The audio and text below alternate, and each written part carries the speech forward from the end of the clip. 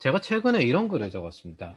제가 대학생이라면 보안 전문가 취업 준비는 이렇게 한다. 우선은 보안을 왜 하는가 하면 보안 자체가 진입 장벽이 높아요.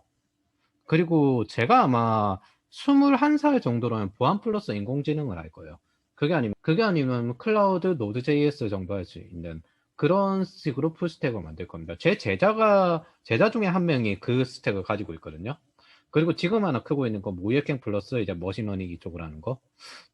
장기적으로는 딥러닝이 더 필요해지긴 하겠지만은 이렇게 진행할 건데, 이걸 기술 스택을 좀 어떻게 하는가 알려드리냐면, 첫 번째, 개발과 인프라를 처음에 베이직으로 1년을 탑니다.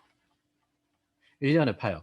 이게 여러분들이 혼자 독학을 하시면 안 되는 게, 독학을 하시면 최상위 사람의 20%, 30% 정도 수준밖에 안 돼요. 근데 러닝 커브란 게 있거든요. 일정 수준 임계점을 넘어가야 그때부터 스스로 어느 정도 성장할 수 있는 수준이 되는데, 기본적으로 그게 50%예요. 기본적으로 50%. 그게 이제 누구한테 배운다는 걸로 기본적으로 50%를 넘겨주는 거예요. 돈을 내고 배우면은 내가 좀 못해, 남들보다 50% 정도 할 수 있어요. 내가 좀 성실하게 좀 했어, 60% 정도 할 수 있고, 내가 좀 이제 남들보다 잘해, 그럼 70% 정도 할 수 있어요. 솔직히 누구한테 처음 배울 때 한 두 명한테 그냥 같은 걸 배워보는 것도 괜찮고, 한 명한테 배우고 하나는 비싸니까 그래, 그럼 온라인 강의로 같이 크로스 체크해서 배워보는 것도 괜찮아요. 그 다음 이제 책 두 권 정도 해가지고 한번 떼보고, 그 다음 리얼 월드 가고. 이게 보통 지식을 배우는 게 아니라, 이 업계는 지식을 활용하는 걸 배워야 되거든요. 이걸 상당히 착각을 하는데, 공부하는 거랑 실제 엔지니어링이랑 달라요. 어쨌든 그래서 개발과 인프라를 기초적인 걸 같이 배울 겁니다. 하나의 서비스 정도는 만들 수 있는 수준으로. 이 정도 되면은 사실 그 작은 회사에서부터 한 4천 대 회사까지 실력에 따라 왔다 갔다 할 수 있어요. 근데 네카라 쿠베급 정도 되려면 어느 정도 해야 되냐면, 이 두 가지 특정 부분에 대한 수준이 어느 정도 있긴 있어야 돼요. 따로 준비를 해야 돼요. 네카라 쿠베에서 보통 요구하는 그 수준은 뭐냐면은 3년차 경력이 실제로 공부를 제대로 했을 때. 근데 IT 업계는 어릴 때부터 뭐 알고리즘 대회 뭐 이렇게 간 애들도 있고, 꾸준히 해커톤이나 그렇게 해온 애들도 있단 말이에요. 이 3단계 이상을 겪은 애들이 처음에 지원해서 통과해가지고 인턴을 다 통과하는 수준까지 하는 게 여기까지예요. 실제로 고등학생에도 불구하고 그런 수준에 도달한 친구들도 많아요. 왜냐하면 예를 들어 뭐 고졸이 뭐 데프콘에 우승했다 뭐 그런 친구들 보면 이미 그 우승하기 전에 그 커뮤니티, IT 커뮤니티에 이미 유명해져 있는 상태거든요. 뭐 그런 사람들 제외하고 평범한 사람들이 했을 때, 대학생이든 아니면 지금 직장인이든 어쨌든 평범한 사람 했을 때 기준점으로 이야기를 하는 건데, 1년간은 이렇게 베이직 단계를 할 겁니다. 그러면 여기서 50%에서 60% 정도까지는 쫓아갈 수 있어요. 수업을 제대로 성실하게 듣고 자기가 나름대로 노력하면 스스로 어느 정도는 성장할 수 있는 수준까지 도달하는 거예요. 그 이후에 이제 그 기술로 시작점을 잡는 거예요. 일단 기술로 시작점을 잡아야 돈이 되니까.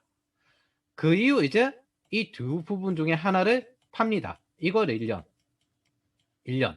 이거 사실 1년 안 걸려요. 1년 안 걸려요. 꾸준히 같이 공부하면서 이걸 같이 하는 거예요, 동시에. 사실 2단계, 3단계를 같이 하는 건데, 대학생이라고 하면은 이거 두 가지를 같이 하면 좀 이제 여유가 없으니까, 뭐 그건 보류를 하고, 느긋하게 간다고 하더라도 각각 1년씩 해서 3년 정도 볼 수는 있는데, 정석적으로 이거 두 개 같이 하는 게 제일 좋습니다. 오히려 이게 더 실력이 빨리 늘어요. 리얼월드, 그리고 심화 내용을 같이 하는 게. 자, 그래서 인프라 계열에서 제일 유망한 계열이 클라우드 서비스. 그리고 거기에 여기에 대한 개발 기초 능력으로 넘어가는 스크립팅 능력 정도? 저는 사실 여기 안 적었는데, 노드.js, 리액터로 노드.js 프론트 개발 정도 해가지고, 그냥 서비스 하나는 나 혼자 팍 구축할 수 있는 그런 형태로 할 것 같습니다. 그리고 모이에킹류는 개발 계통인데, 이쪽은 솔직히 CTO 커리어예요, CTO 커리어. 그러면 앞으로 제일 배수가 높은 기술이 뭐냐면 인공지능. 요렇게 갈 거예요. 여기까지 가면은 먹고 사는 거 끝났어요, 솔직히. 나머지는 리얼월드나 케이스 바이 세미나 같은 데서 케이스 바이 케이스, 기술 이거 바뀌는 거 스터디, 해커톤, 실제 서비스 구축해 보는 거, 영어, 해외 자료 보고 그다음 외국계 취업하는 거, 이거 연봉에 관련된 거거든요. 이거는 솔직히 그 동시에 하는 게 제일 좋습니다. 이것들 하는 거 이것만 몰빵하진 않아요. 진짜. 그리고 이게 어느 정도 되는 사람들은 여기까지 몰빵한데 한 6개월 정도 나머지는 그냥 트렌드 쫓아가는 거. 트렌드니까 이 트렌드도 언젠가 바뀔 수는 있습니다. 그러면은 저는 3단계 넘으면 실제로 뭘 할 거냐면 저는 싫든 좋든 최종적으로 창업을 할 겁니다. 결국에 돈을 잘 버는 건 창업이니까. 그럼 이때 저만의 상품 같은 거 만들 거예요. 제가 꼭 그 추가하는 그런 유튜버들이 있는데 요즘 이제 조금씩 이제 추가되는 게 에이블리 같은 데서 이제 쇼핑몰 하나씩 팔아보시는 분들, PDF 가지고 지금 처음부터 시도를 해보고 계시는 분들, 그거 과정이 상품을 찾는 과정이거든요. 작은 목표를 이루고 그 다음 목표를 이루고 그 다음 목표를 확대하는 나가는 거죠. 상품에서 장사 단계 되고 장사에서 이제 사업 단계 되고 위임을 하고 그 다음에 여러 가지 자동화 툴을 하면서 그 다음 단계 되고 다음 단계고 되고 이게 한 번에 스트레이트로 안 돼요.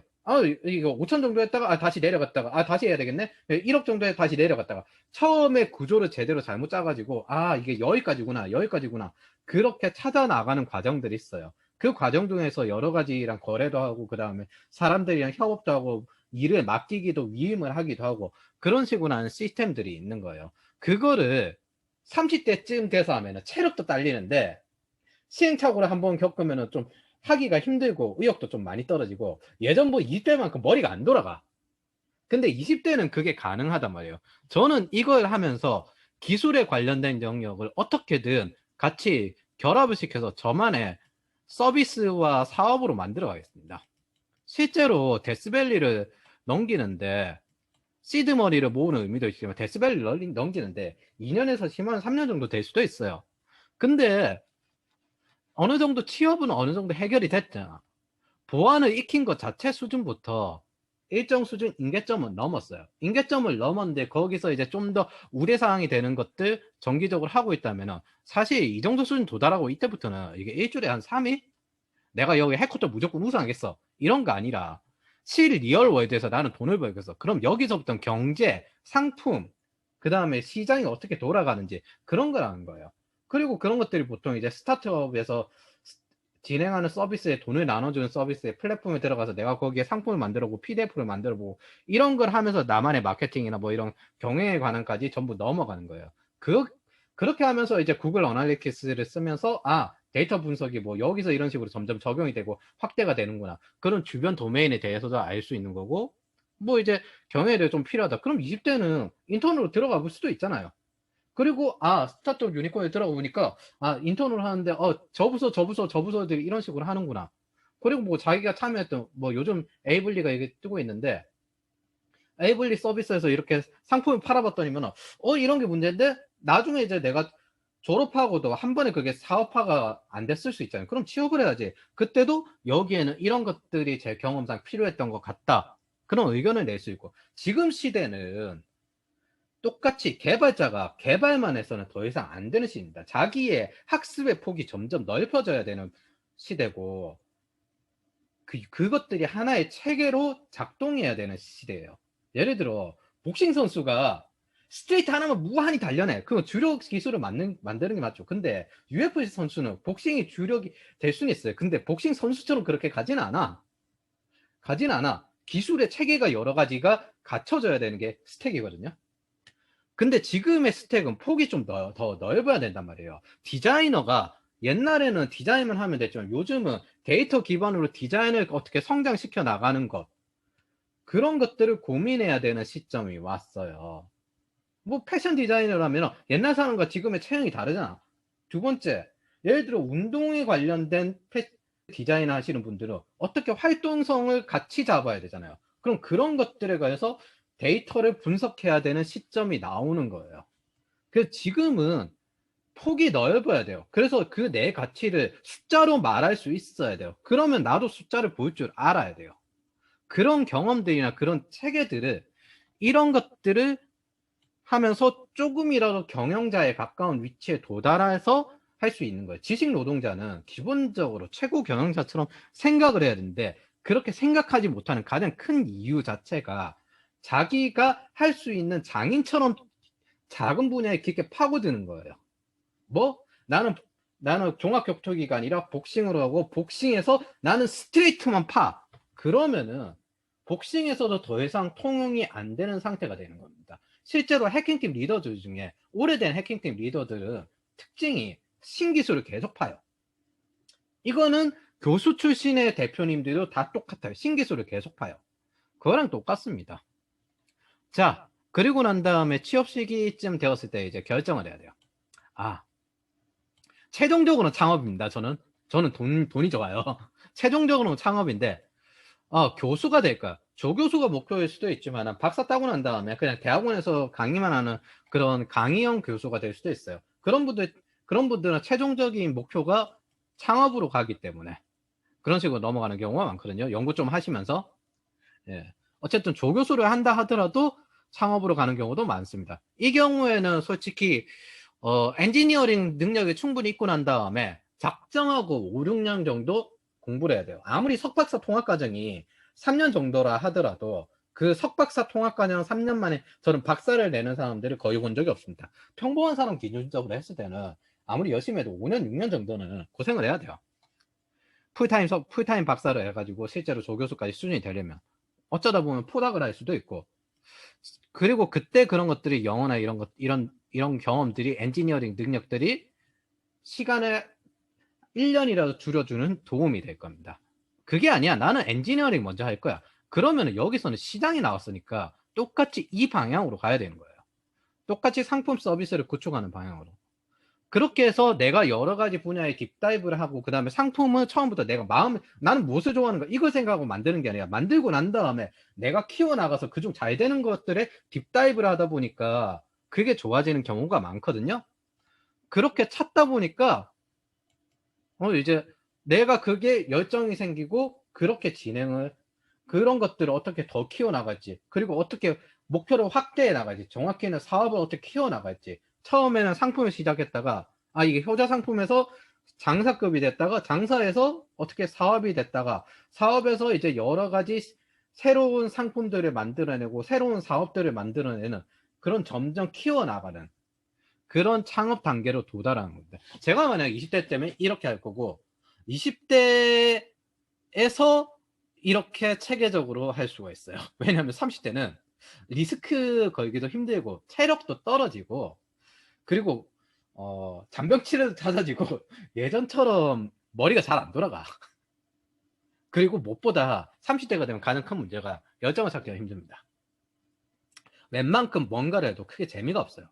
시간이 지나면 지날수록 새로운 것들에 대한 호기심이 떨어지기 때문에 무슨 느낌으로 새로운 걸 익히냐면은 이 악물고 이 스트레스를 견뎌낸다, 그런 식으로 하고 새로운 걸 익혀요.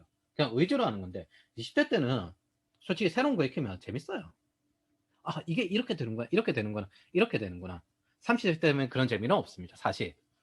이건 저만 그럴 수도 있는데, 제 주변을 보면은 이제 나이 들면 들수록 플렉스도 한때라고. 젊을 때 놀아야지 나이 들어서 놀면 재미없습니다. 그리고 20대 때 재미도 있어요. 근데 그 20대 때 재미를 조금 뒤틀어 가지고 남이 이제 레일을 깔아준 데에서 남을 위해서 일하는 것보다 그걸 발판으로 해서 거기서 얻은 시드머니와 거기서 얻은 경험을 발판으로 해가지고 나를 위해서 일하는 그런 서비스, 상품, 사업, 내 사업, 그런 것들을 만들어 나가는 것들이, 저는 20대 때 다음 라운드 계획이나 다음 라운드 계획, 우리는 30대, 40대, 50대, 60대 계속 살아나가야 되잖아요. 그때 가장 중요한 거라고 생각합니다. 생존을 위해서 남이 깔아놓은 레일을 따라가고 남을 위해서 일하면 항상 생존을 위해서 걱정할 수밖에 없어요. 근데 차라리 그거보다는, 이거는 감정 싸움이 되거든요, 생존을 위해서 걱정하는 건. 근데 나를 위해서 일하고 내 상품 만들고 내 서비스를 하는 그런 거는 생존을 위해서 걱정하기보다는 이걸 어떻게 하면 될까 분석하고 전략적으로 노력하고 여러 가지 새로운 책을 읽어보고 그 과정에서 성장을 더 많이 하고 깨닫는 것도 맞고, 무엇보다도 그런 지식들을 실제로 이 사업에 적용을 해야 된단 말이에요. 이 기술들도 사실 아무리 기술에 관련돼서 이렇게 적용할 수 있도록 했지만은, 그리고 실제로 기술을 할 수 있기는 했지만은, 사업 단계로 넘어가면 이제 사업 단계에서 적용할 수 있는 능력이 필요하단 말입니다. 클라우드 서비스 이런 것들이 좋아. 근데 사업에 관해서 처음에 시작을 할 때 이 클라우드 서비스를 뭘 해야 되는지는 개념이 달라요. 회사의 자원에 따라서 A, B, C, D, E, F, G 이런 선택지가 있는데 이 중에서 우리가 지금 택할 수 있는 가장 적절한 선택지는 B입니다. 그런데 클라우드 업계에서 제일 좋다고 하는 건 A입니다. 이런 식으로 될 수가 있거든요. 이런 거에 대한 의사결정을 할 수 있는 능력. 이게 C레벨급의 의사결정이에요. 그래서 이런 활동들이 설사 실패한다 하더라도 평생을 가야 되는 부분이면서 동시에 본인의 C레벨급의 의사결정을 할 수 있는, 팀장급의 의사결정을 할 수 있는 그런 능력을 키워주는 과정이 됩니다. 그게 회사들마다 백 서비스가 조금씩 다른 이유가 그 때문이고, 그런 것들을 하나하나 키워나가다 보면 이게 어느 단계에서 데이터 사이언스 팀이 필요하고, 데이터 사이언스 팀은 이제 뭐 어떤 식으로 회사에서 역량을 하고, 처음에는 프론트 백엔드 구분 없이 했다가 나중에는 이제 프론트 백엔드, 나중에는 서비스 단위별로 데이터 사이언스 팀이 필요하고 프로덕트 오너가 필요하고, 그런 것들을 확인할 수 있게 되는 거거든요. 그리고 가장 중요한 건 이걸 하면서 결국에는 혼자서 안 된다는 걸 깨달아요. 거래 관계든 협력 관계든 어느 정도 협력을 해야 되는데, 무조건 기업은 집단전입니다. 집단전에서 어떻게 협력을 할 수 있고, 그 다음에 협력이 안 되는 사람은 어떻게 제거를 할 수 있는지, 그런 것들을 명확하게 파악해야 나도 그런 실수를 안 저지르고, 그리고 리더 클래스가 될 수 있는 거예요. 저는 현대의 리더십은 이거라고 보거든요. 그래서 20대라면 이런 리스크를 가장 안정적으로 해결해 나갈 수 있는 과정이기 때문에 20대 초반이면 저는 이렇게 하겠습니다.